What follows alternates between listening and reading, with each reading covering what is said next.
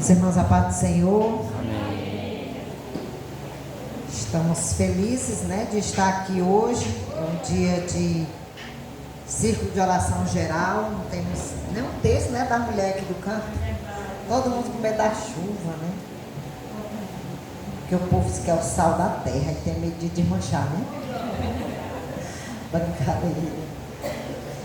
Minhas irmãs, nós temos, durante o ano de 2024, nós temos um propósito, que é, cada um desse trabalho do círculo de oração, nós adotarmos pessoas descrentes, tanto para trazer ao trabalho, como para orar por elas.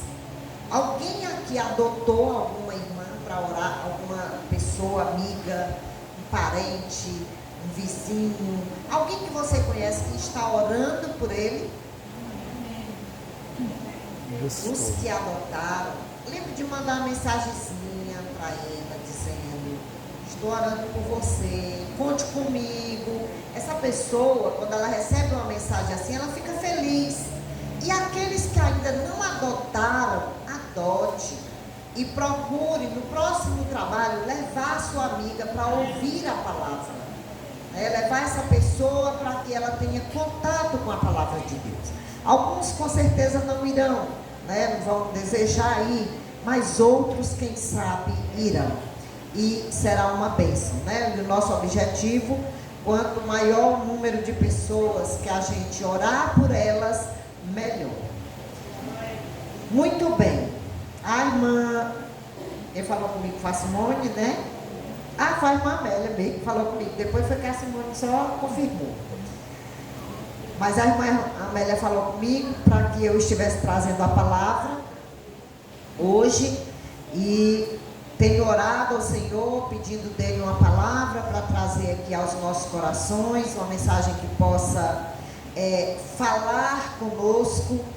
E Deus me deu uma palavra.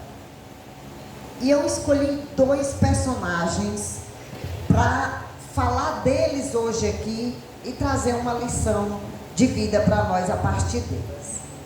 E eu até coloquei como tema, como título aqui da nossa mensagem, um questionamento. Como é que eu sou conhecida? Como amarga ou como doce?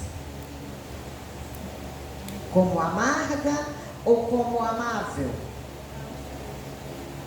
Como é que a gente está sendo conhecido pelas pessoas com quem a gente convive ou aqueles que ouvem falar da gente? Então é um questionamento que dá para a gente refletir a respeito dele e, a partir disso, tomar algumas decisões. Será que existe alguma coisa pior na vida do que a gente se tornar amarga? As coisas amargas sempre são ruins, Só café que é bom, De amanhã. Lá para ser de açúcar, para poder ficar bom. Então, assim, Paz do Senhor Jesus, nada amargo é bom. E uma pessoa amarga é uma coisa muito ruim. Geralmente, uma pessoa amarga, ela tem o potencial de amaldiçoar a si mesma. Infelizmente. E por que ela faz isso? Porque ela acaba se tornando a sua pior inimiga. O seu pior inimigo. Porque quando a pessoa está amargurada, insatisfeito, infeliz com ele mesmo, com o mundo, com as coisas, ele acaba nessa amargura se tornando inimigo dele mesmo. E na grande maioria das vezes, quando uma pessoa fica muito amarga, ela passa a ter Deus como seu inimigo, ou pelo menos como alguém que está contra ela, trabalhando contra ela, fazendo coisas contra ela. E aí, como é triste a gente às vezes ter esse tipo de mentalidade. Mas não existe isso na sociedade, não existe isso na igreja. Ninguém se torna amargo assim. Mas se não tem na igreja, glória a Deus, mas na Bíblia tem. Se na igreja, na Bíblia tem. Às vezes tem, né? Um dia por aí. Então eu trouxe aqui a história de Noemi, que todas nós conhecemos a história de Noemi. Vamos abrir a nossa Bíblia. Qual é o livro? Ruth. Opa! No livro de Ruth, no capítulo 1, que eu quero trazer, que é onde já inicia a história, a saga dessas mulheres. E eu gostaria de ler 2 versículos. O versículo 20 e o versículo 21. Porém, ela lhes dizia, vou ler os versículos, depois a gente segue. Porém, ela lhes dizia: não me chameis Noemi, chamai-me Mara, porque grande amargura me tem dado o Todo-Poderoso.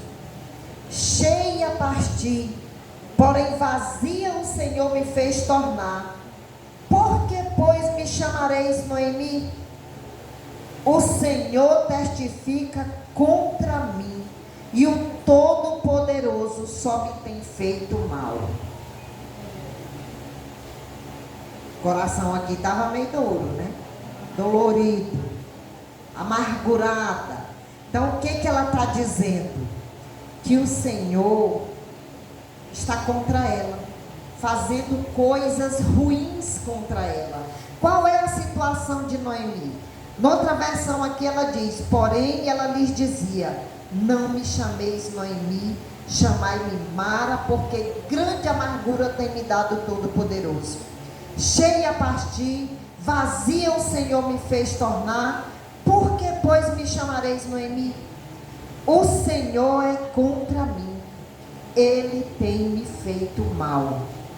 Então, nós conhecemos também a história de Noemi. Será que era uma história fácil? Simples? Não. Noemi tinha uma vida, estava na vida dela, tranquila, numa boa. Mas de repente se abate sobre aquele povo. Lá em Belém se abate uma fome, uma miséria. E eles começam a ter dificuldades. E dali ela vai embora para Moabe. Seu esposo vai embora juntamente com ela e seus 2 filhos. Mas quando chega lá, depois de um tempo que lá estão, o que acontece? Ixi. O que foi que aconteceu com Noemi depois que ela estava lá por um tempo? O esposo faleceu. Mas ela ficou com os 2 filhos, ela ainda tinha uma esperança. O esposo morreu, ela ficou com os 2 filhos. Mas depois, quem morre? Um dos filhos morre. O marido morreu, eles ficaram com ela e se casaram, construíram a família. Mas depois eles morreram. Morreu um, depois morreu o outro. E ela ficou desolada, sem nada. Sem ninguém para cuidar dela, sem ninguém para dar amparo, sem ninguém com quem ela fosse contar. Pelo menos na cabeça dela, ela imaginava assim, que é o que deixa claro o texto. E quando ela ouviu falar que agora tinha voltado, Deus tinha voltado a abençoar aquela terra, ela resolveu voltar. Mas ela já ia voltando sem nada. Só com as dificuldades que ela tinha encontrado pela vida. Então são muitas situações difíceis que aquela mulher passou.